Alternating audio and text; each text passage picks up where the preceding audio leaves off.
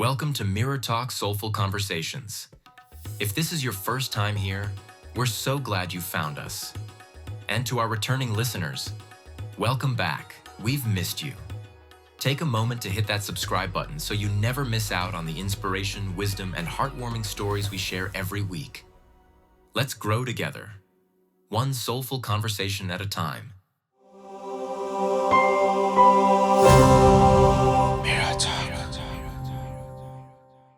Hello, beautiful soul, and welcome to Mirror Talk, Soulful Conversations.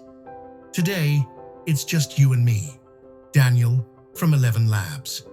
Before we start, I have a free gift for you from our studio. Check out the details in the show notes of this episode. I want to talk about something we all know intimately, something we've all met in dark rooms, in early mornings, in sleepless nights, in big moments, and in quiet ones. Something that lives inside us, whether we acknowledge it or not. Fear. Hello, fear, my old friend.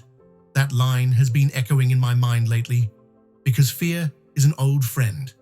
Uninvited, sure, but familiar. It shows up when things get real, when we're about to leap, to love, to speak, to grow.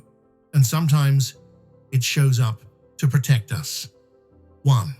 The many faces of fear. There's no one fear. There's the fear of failure, the voice that whispers, "What if I'm not good enough?" I remember standing at the edge of a new opportunity, a dream job, a big presentation, a chance to shine. And suddenly, that voice came creeping in. Maybe I should stay quiet, stay small, stay safe. Then there's the fear of success. Yes, that one exists too. It says, what if I do make it and lose myself? What if they expect more from me than I can give? The fear of rejection. Whether it's asking someone out, pitching your creative work, or even telling a friend how much they mean to you. The fear that says, what if they don't feel the same? There's also the fear of being seen, really seen, vulnerable, imperfect, human. That kind of fear keeps us behind masks. It tells us to edit our emotions, filter our truth, hide our struggles, and of course, the deepest one, the fear of not being enough, not smart enough, not strong enough, not lovable enough. Can you relate? 2. Why we need fear. Sometimes I've learned that fear isn't always the enemy. Sometimes fear is a compass. It shows up not just to stop us, but to alert us that we're at the edge of something meaningful. Think about it. When you feel fear before stepping on stage, before hitting send on a message that matters, or before starting a new chapter in life, that fear means you care, that you're not numb, that your heart is still awake. Fear has evolutionary roots. It helped our ancestors survive. But in today's world, it's not always the tiger in the bushes. Sometimes it's just the risk of change. And here's the thing, growth and comfort do not coexist. So maybe when fear shows up, we can say, hello fear, my old friend, I see you, but I'm going anyway. 3. Overcoming fear. Not by force, but by familiarity. Overcoming fear doesn't mean becoming fearless. It means becoming familiar with fear. When I first launched this podcast, fear told me, who are you to speak into people's lives? But I did it anyway. And every message I receive from you, every time an episode resonates, that's evidence that fear didn't win. So how do we overcome fear? 1. Name it. Say it out loud. I'm afraid of being rejected. When fear is unnamed, it's a monster in the dark. But when we name it, it shrinks. 2. Speak to it, not harshly, gently. Thank you, fear, for trying to protect me. But I've got this.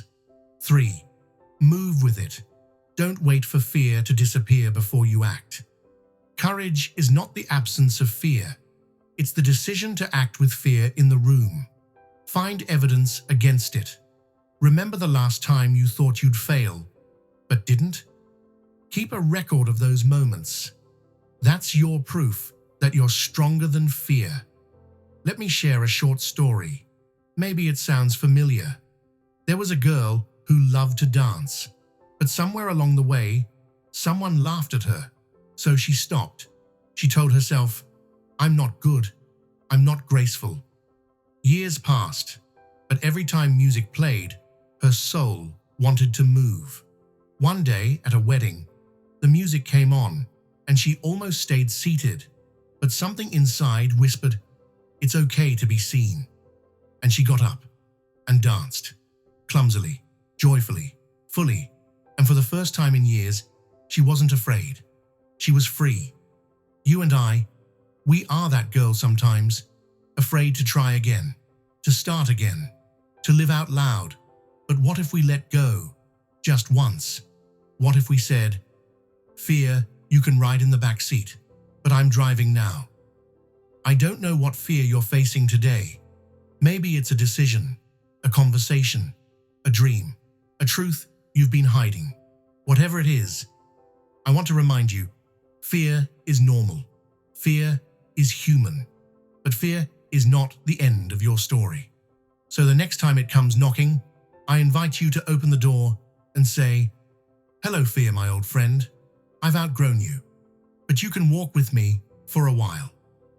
And keep walking. If this episode resonated with you, please share it with someone who might need to hear these words today. Leave a rating or review to help more beautiful souls find this space. And as always, thank you for being here, for listening, for growing with me. Until next time, take care of your soul and keep facing the mirror with honesty, courage, and love. Wow, you made it to the very end of this episode. Thank you so much for listening. I'm grateful for your time, your love, and your contributions. Subscribe, like, review, and share this podcast. God bless you. Bye.